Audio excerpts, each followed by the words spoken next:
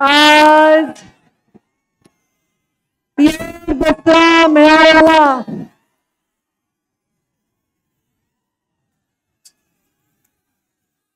तुम्ही ठरवून आलात की मला भाषण करू द्यायचं नाही काय? मला असं वाटतं बाकीचे जे वर काना कोपऱ्याचे लोक आहेत, जे झाडावर चढलेत, त्या टावरवर चढलेत, त्या झाडावर टावरवर हे सगळे लोक स्वतः मी तुम्हाला का तुम्ही जर स्वतःला असताल, तुम्ही जर स्वतःला असताल आणि भगवान बाबाची आणि या डोंगराची औलाद असताल तर तोंड बंद करा, तोंड बंद करा तुम्ही. आज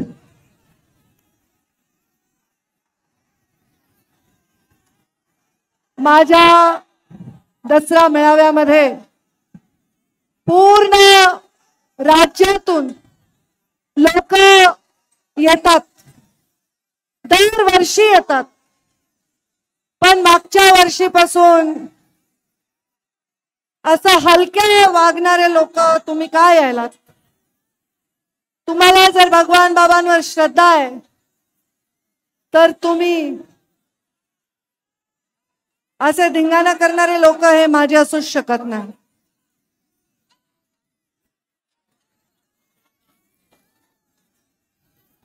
आज माझ्यासाठी, माझ्या भगवान बाबांसाठी आणि गोपीनाथ मुंडे साहेबांचा वारसा जगण्यासाठी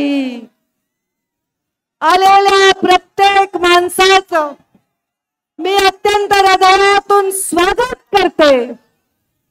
आणि भगवान बाबांनी सुरू केलेलं सीमोल्लंघन हे आज एवढ्या पुराच्या, अतिवृष्टीच्या, अत्यंत अडचणीच्या काळात देखील तुम्ही यशस्वी करून दाखवलंय. मी तुमचे मनापासून अभिनंदन करते. कारण सीमोल्लंघन ही एक परंपरा आहे, परंपरा.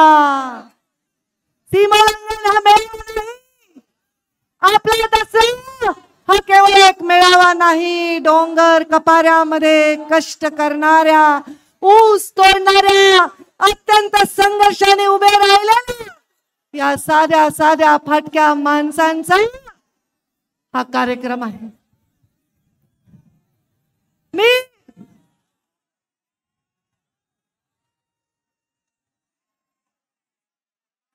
भगवान बाबांच्या चरणी प्रार्थना करते. एवढ्या नदीमध्ये पूर आला असताना, गावागावामध्ये पाणी शिरलं असताना, लोकांचे घर आणि संसार वाहून गेले असताना देखील तुम्ही एवढ्या उन्हात, एवढ्या अडचणीत, एवढ्या लांब आलात. आलात की नाही बुलढाण्यावरून? आलात की नाही जळगाववरून? आलात की नाही वाशिमवरून? आलात की नाही नाशिकवरून? आलात की नाही नगरवरून, पाथर्डीवरून, केजवरून, आष्टी, पाटोदा, बीड, शिरूर, सर्व महाराष्ट्राच्या कानाकोपऱ्यातून तुम्ही लोक आलेला आहात.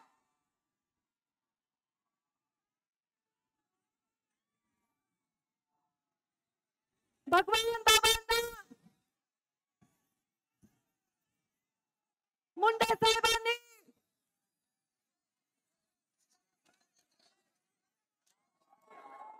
सिंदखेड राजावरून, बुलढाण्यावरून, देवगाव राजावरून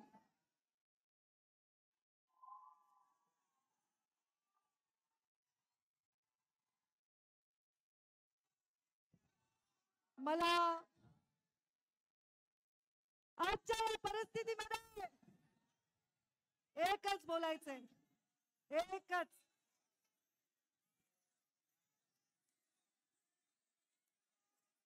माझ्या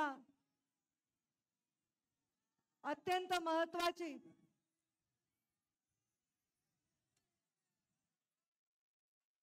ही परंपरा, सोन्यासारखे माणसं इथे आलेत, सोनं लुटण्यासाठी आलेत.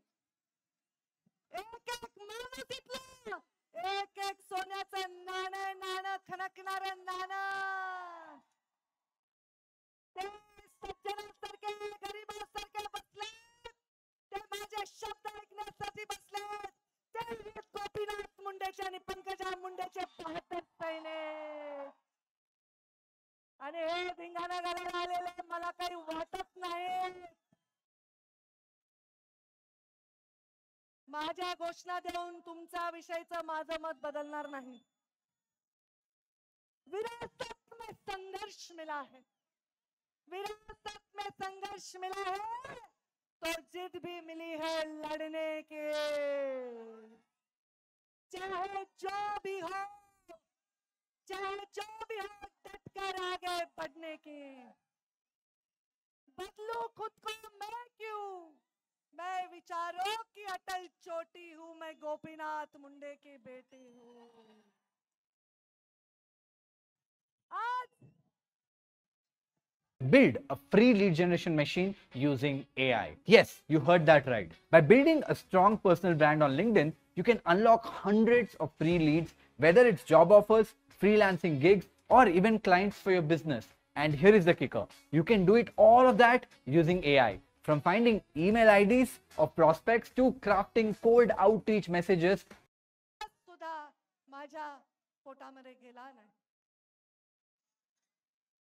पण एक मी या भागामध्ये बघितलं, या परिस्थितीमध्ये बघितलं की जाती पातीच्या आमच्यासारख्या पुढाऱ्यांनी केलेल्या सगळ्या चाकऱ्या, सगळे जोखड गळून पडले आणि माणूस माणसाच्या मदतीला धावून आला. दाखवा बरं तुमच्या बाजूच्या माणसाचा हात, पकडा बरं, पकडा बरं, हात वर करा बरं, शेजारच्या माणसाचा हात पकडा बरं, पकडा बरं, सगळे हात वर करा, आपल्या शेजारच्या माणसाचा हात पकडा, पकडा. असा समाज आणि अशी साखळी घडवण्याची आवश्यकता आहे. असा नेता आपल्या सगळ्यांना आवश्यक आहे.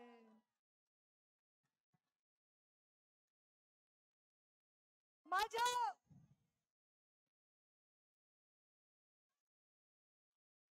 या लोकांचं दुःख बघून मला ज्या वेदना झाल्या त्या शब्दात मांडू शकणार नाही. पण देवेंद्र फडणवीस राज्याचे मुख्यमंत्री यांच्या वतीने आणि केंद्रात बसलेले आमचे प्रधानमंत्री नरेंद्र मोदी यांच्या वतीने मी शब्द देते की या शेतकऱ्याला पूर्णपणे मदत करण्यासाठी सरकार त्यांच्या पाठीशी ठामपणे उभे आहे. कारण लोकांचं दुःख हेच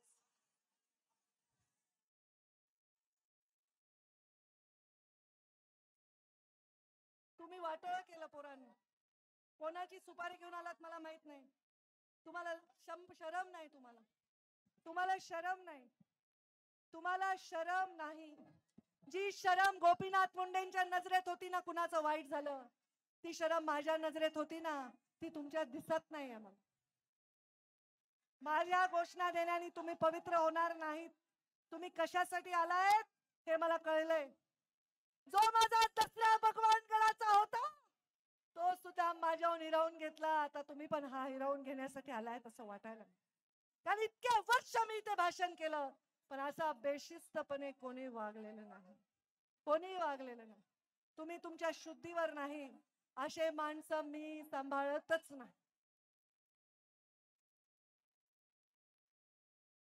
एवढ्या दुःखात, शेतकऱ्यांच्या दुःखात जाऊन जाताना मी त्यांना वचन देते की तुम्ही सर्वजण काही चिंता करू नका. कारण जब देखती हूँ भूखे बच्चे फटे हुए कपड़ों में माँ, जब देखती हूँ भूखे बच्चे फटे हुए कपड़ों में माँ, गरीबी में तड़पता परिवार, मैं खून के आंसू रोती हूँ, मैं गोपीनाथ मुंडे की बेटी. मैं गोपीनाथ मुंडे की बेटी. मी आपल्या सर्वांना आज सांगते, नवदुर्गा 9 दिवस नवरात्र होतं का नाही? होतं का नाही? तुमच्या घरात नसेल कारण तुम्ही पथ्य पाळत नाहीत काही. आमच्या घरात आहेत, कांदा लसूण नाही, नॉनव्हेज नाही, बाकी तर नाहीच नाही. कारण तुम्ही काय ग्रहण करून आला असता तर तुम्हाला कळणारच नाही मी काय म्हणाले. माझ्या 9 दिवस नवदुर्गेची आपण पूजा केली. 9 दिवस त्या नवदुर्गेनी काय काय केलंय? चंडमुंड सारखे राक्षस न्यास्तो नाबूद केले. रक्तबीजासारखा राक्षस, महिषासुरासारखा राक्षस संपवून टाकला. आजच्या कलियुगामध्ये रक्तबीजासारखा राक्षस आता जन्माला आलाय. आणि हा राक्षस शरीरात नाही, तुमच्या सगळ्यांच्या बुद्धीत जन्माला आलाय. रक्तबीजाच्या एका रक्ताच्या थेंबातून अनेक राक्षस होत होते, उभे राहत होते.